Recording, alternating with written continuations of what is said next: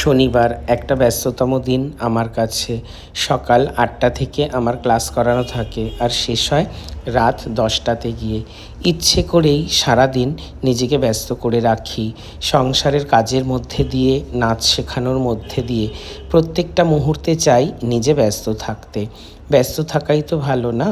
কথায় বলে অলস মস্তিষ্ক বদের বাসা।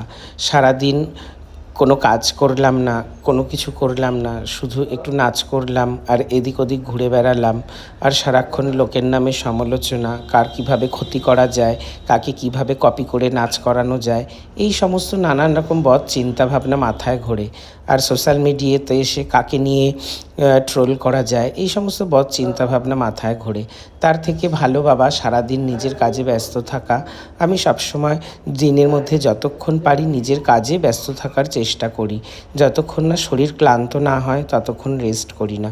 সারাদিনই নিজের কাজ করে যাচ্ছি, সেই সাংসারিক কাজ হোক আর ছাত্রছাত্রীদের সঙ্গে সময় কাটানো বা ছাত্রছাত্রীদের তৈরি করাই হোক, যাই হোক না কেন, আমি কিন্তু কোনো সময় বসে থাকি না। বসে থাকাটা আমার পছন্দ হয় না।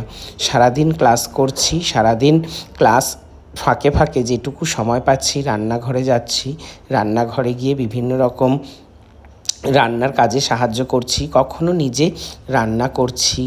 যদি অনেকটা সময় হাতে পাই নিজে রান্না করি, বাড়িতে মায়ের কাজে, বউয়ের কাজে সবাইকে হেল্প করি। সবসময় নিজের এই কাজে ব্যস্ততা থাকাটা কিন্তু আমাকে আমার জীবনই শিখিয়ে দিয়েছে। জীবনে আমি এটাই শিখেছি, যতক্ষণ আমি ব্যস্ত থাকব ততক্ষণ আমি ভালো থাকব। তাই নিজেকে নিয়ে এখন সময় কাটাই। কি হবে অন্যের পেছনে সময় নষ্ট করে?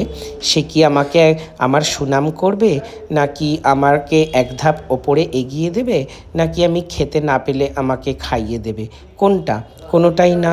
উল্টে পারলে তুমি যার বেশি করে তুমি সাহায্য করবে, সে তোমাকে উল্টে তোমার পেছন থেকে ক্ষতি করার চেষ্টা করবে, তোমার নামে বদনাম করবে।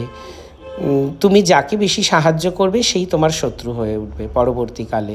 তাই যত পারবে বন্ধু বান্ধব সবার থেকে দূরে থাকার চেষ্টা করবে, নিজের কাজের মধ্যে সারাদিন ব্যস্ত থাকার চেষ্টা করবে সবাই, দেখবে তাহলে সবাই ভালো থাকবে।